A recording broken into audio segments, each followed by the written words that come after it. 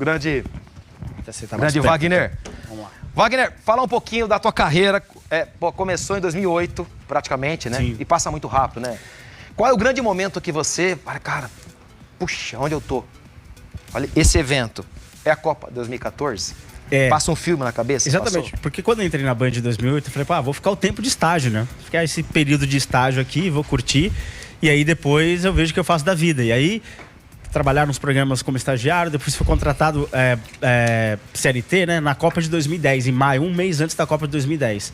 E aí fiz a Copa de 2010 da redação e na Copa de 14 eu fiquei sabendo que ia integrar o grupo que ia cobrir a seleção brasileira. Foi uma festa pra mim. Existia 4 equipes de reportagem diárias cobrindo a seleção brasileira: Fernando Fernandes, Nivaldo Decilo, André Galvão e a Tainá Espinosa, que hoje está Outro dia o Decilo estava conosco aqui. Exatamente, eu vi a participação dele. Decilo é um querido, um cara...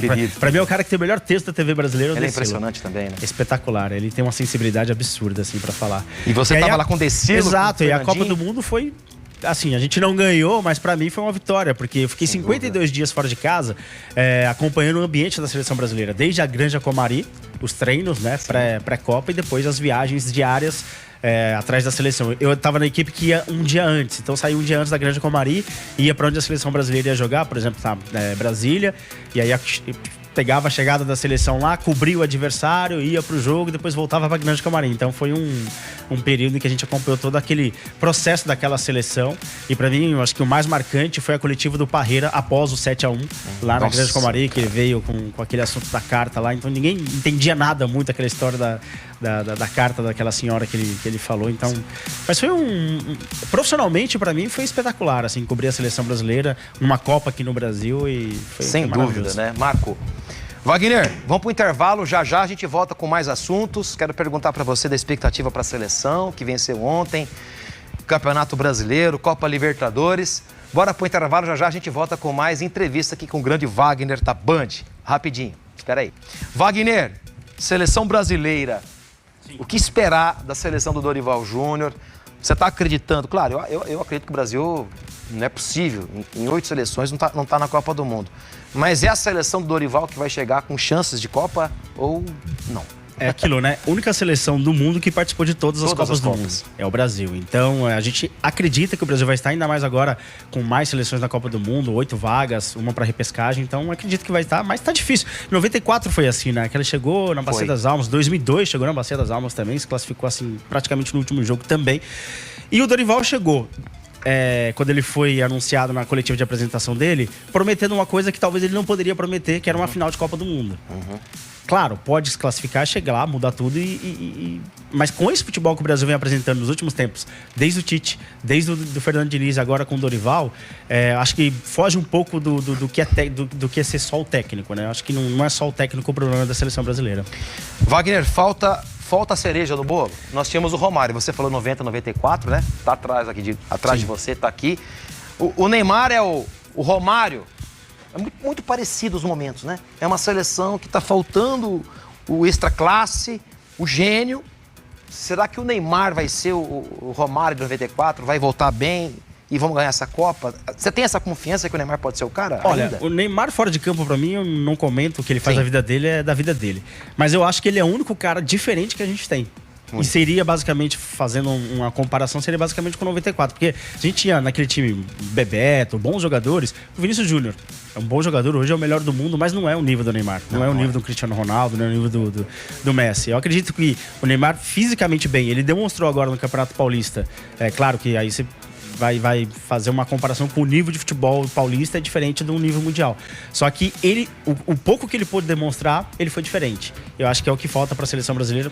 Se ele estivesse só pensando na Copa do Mundo, em disputar a Copa do Mundo e ajudar a seleção brasileira, eu acho que talvez seja essa cereja que esteja faltando. Você falou Campeonato Paulista, Wagner. Corinthians já levou o caneco? Você acha que não? Lá tem Palmeiras. Eu não vou perguntar o time que você torce, porque você não pode falar eticamente. Vai que você fala, sou palmeirense, você tá na cobertura do Corinthians lá. Não, eu sou de São Paulo, mas eu morei muito tempo no interior de São Paulo, então eu falo que torço pro Penapolense, Linense, Bandeirante de Barigui, aquela turma lá.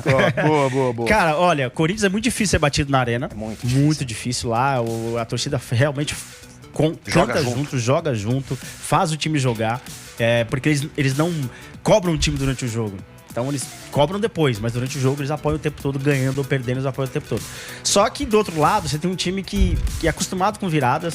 Nos últimos 3 campeonatos que ele ganhou foi de virada. Perdeu o primeiro jogo e virou. Foi assim com o São Paulo, com o Água Santa e com o Santos. E o Abel é o melhor técnico que a gente tem no futebol sul-americano. E ele é muito aquele cara que você sabe que ele vai... Detalhista, né? Ele é detalhista, ele vai aprontar alguma coisa. Então eu acho que assim, Palmeiras vai fazer gol. Mas precisa ver se vai tomar. Eu acho que vai dar pênalti, viu? Acho que vai dar pênalti. Cara, pênalti. Já pensou uma decisão por pênaltis? Palmeiras e Corinthians. No Campeonato Paulista. 2018 foi assim, né? O Corinthians foi campeão lá nos pênaltis. No Allianz, inclusive. Exatamente. Vamos falar de Campeonato Brasileiro. A gente está às portas da competição.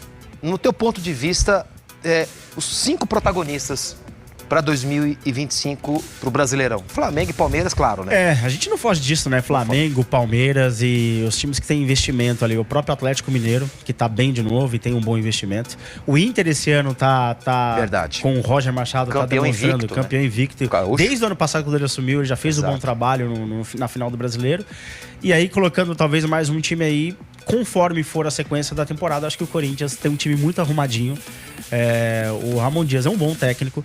E eu acho que o fator arena, os caras estão lá. O Corinthians está há mais de 26 jogos com mais de 40 mil torcedores seguidos na arena. Então né? É sempre cheio. Dificilmente vai perder ponto em casa. Então acho que o Corinthians, não sei se briga pelo campeonato, mas briga por vaga na Libertadores. Até nós divulgamos aqui, eu também divulguei no rádio, 90% de ocupação a torcida do Corinthians. É um fenômeno em relação à frequência do torcedor no seu estádio. Falamos, Flamengo, Corinthians, Palmeiras, Atlético Mineiro, faltou um. Internacional. O Inter, perdão.